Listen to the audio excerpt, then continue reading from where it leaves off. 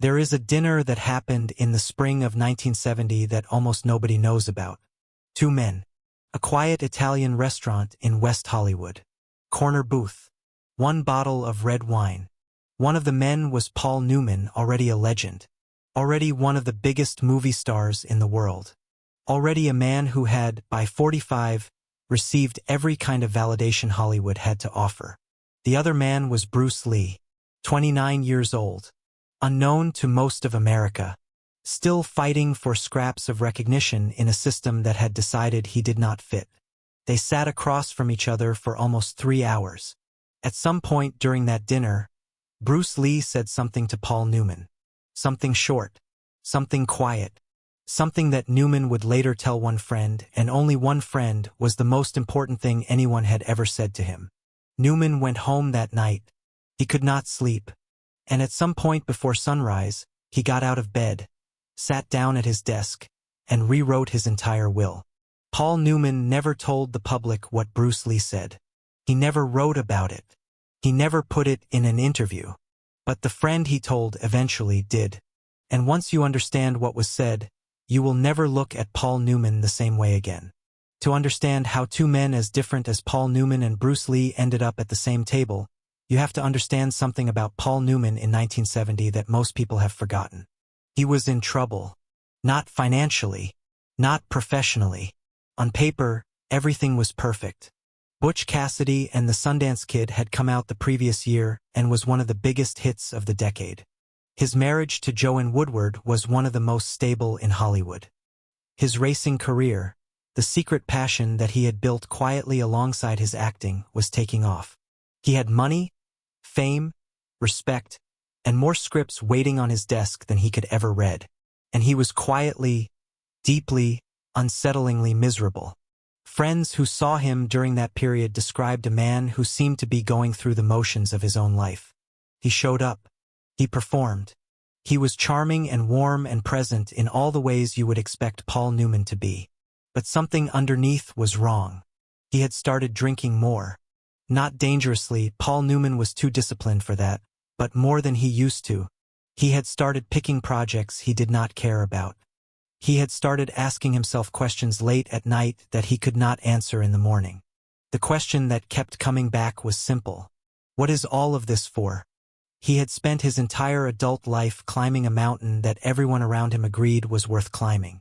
And now, standing near the top of it, he could not remember why he had started climbing in the first place.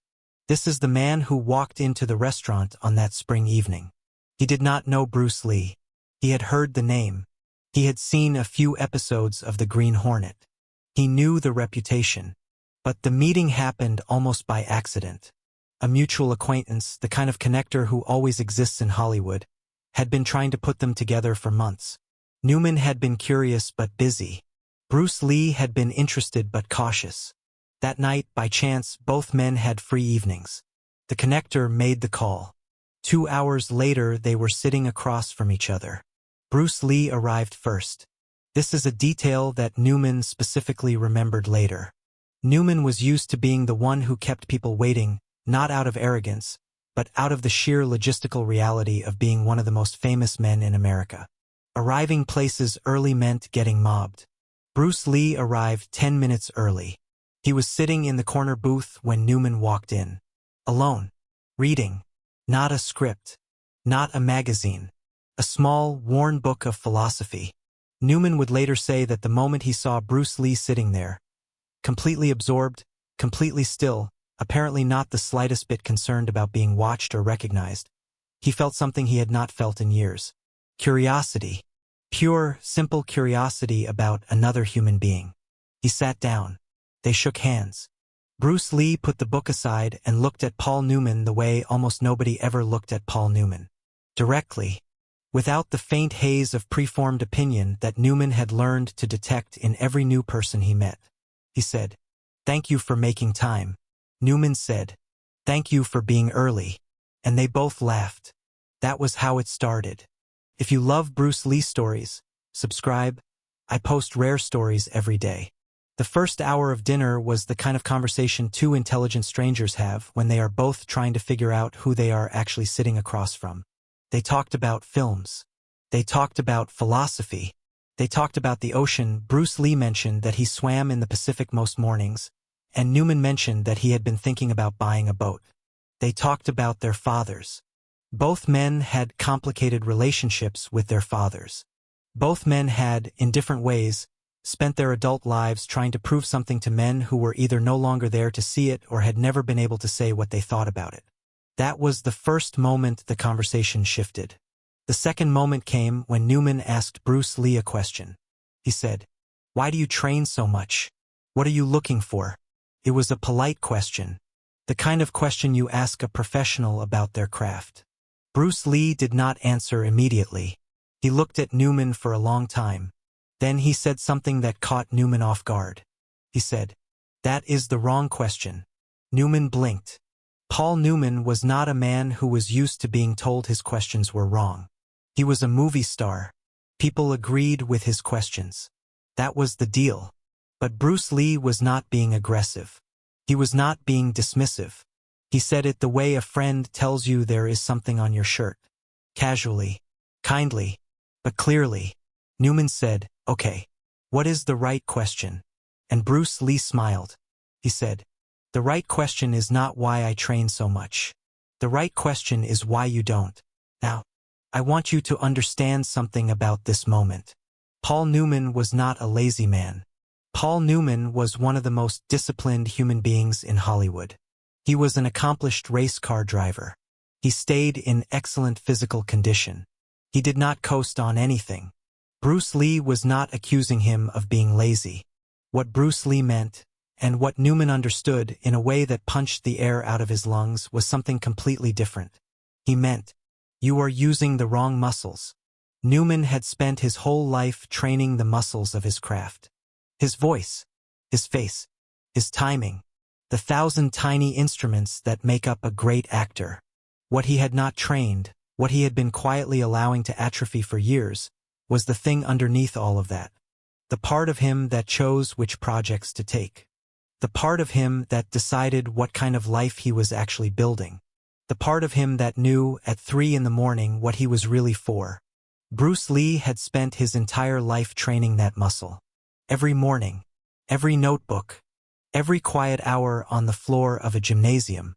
He called it something in his notes that has been translated many different ways, but the closest English word is the center. The part of you that cannot be bought, cannot be coached, cannot be borrowed from anyone else. The part of you that has to be built one choice at a time over years, until it is strong enough to hold you up when everything else is falling apart. Newman had built a magnificent outside. He had not been tending to the center. And in a single sentence, Bruce Lee had made him see it. The conversation that followed was the longest silence Newman ever sat through in his life. Or rather, it was a conversation punctuated by long silences. Because the two men kept talking. About many different things. But every few minutes Newman would stop, look down at his wine glass, and be somewhere else for a moment. He was doing math in his head. The math of a life. How much of what he had done was chosen by him? How much had been chosen by the momentum of being Paul Newman? How much of what came next was he going to actually choose, from the center versus simply allow to happen because it was the next thing on the list? Bruce Lee did not push him. Bruce Lee talked about the wine, about the restaurant, about a story from his childhood. But every now and then he would look at Newman, and Newman would feel the question still sitting there between them. "Why don't you?" They left the restaurant at nearly midnight. They stood outside for a moment, the way two people who have just had a conversation that matters always stand outside for a moment, neither one quite ready to walk away. Bruce Lee shook Paul Newman's hand. And that is when he said the thing that Newman would tell one friend years later, and only one friend. The thing that made Newman go home and not sleep. He said, and this is the phrasing that Newman remembered exactly word for word decades later, he said, "Most men spend their lives getting better at being someone other people already recognize. A few men spend their lives getting better at being someone only they can become. There is no third option. The day you stop choosing the second one, you start becoming the first one. And it happens so slowly you do not notice until it is already finished." He let go of Newman's hand. He smiled once more. and he walked to his car. Paul Newman stood on the sidewalk for almost 5 minutes without moving. If you love Bruce Lee stories, subscribe. I post rare stories every day. He went home. Joanne was already asleep. He poured himself a small glass of water, not wine, he said later, specifically not wine, and sat in his study. He thought about his children. He thought about the money. He thought about all the things he had been building that were external, visible, performed, and he thought about what Bruce Lee had said. Most men spend their lives getting better at being someone other people already recognize. That was him. That was exactly him. He had spent years, maybe a decade, becoming more and more precisely the Paul Newman that audiences expected. The roles, the image, the public shape of him, and the person only he could become, the man at the center that Bruce Lee had described, had been waiting, patiently, unattended, for years. At some point that night, Newman got out the draft of his will. He read it. It was a standard Hollywood will. Trusts, allocations, the usual structure that wealthy men set up for the people who will outlive them. And he felt sharply, clearly, that it was a will written by a man who was managing his legacy, not by a man who was actually living one. He started over. He rewrote the document completely, what he kept private, what he gave away, what he committed to. Years later, this rewrite would be part of what led to Newman's Own, the food company that has now given hundreds of millions of dollars to charity. That company did not exist in 1970. But the decision that created it did. The decision that a man could use his name, his fame, his time on this earth, for something more than managing the expectations of strangers, started that night, on a sidewalk in West Hollywood, with a Chinese martial artist shaking his hand and telling him the truth. Here is the thing that stays with me. Bruce Lee was 29 years old. He had no money, no global fame, no platform. He had been told, repeatedly, that the world he was trying to enter was not interested in him. And he sat across from one of the most powerful men in Hollywood and spoke to him, not as a subordinate, not as an admirer, not as someone hoping to be helped, as an equal. He did not flatter Paul Newman. He did not try to impress him.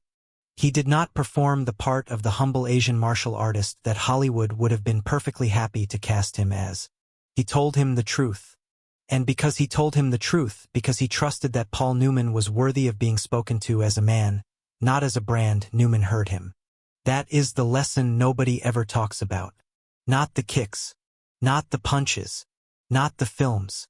Bruce Lee changed people by refusing to be smaller than he was. Even when it cost him. Even when the easier path was to fit the role the world wanted him to play. He sat down across from Paul Newman and looked him in the eye and told him what no one else in Newman's life was willing to tell him. And Paul Newman's life, and the lives of every child, every family, every cause that Newman's Own would later support, bent around that dinner. A man from Hong Kong who had never been invited to the table spoke truth across the table when he finally got there. And it changed everything.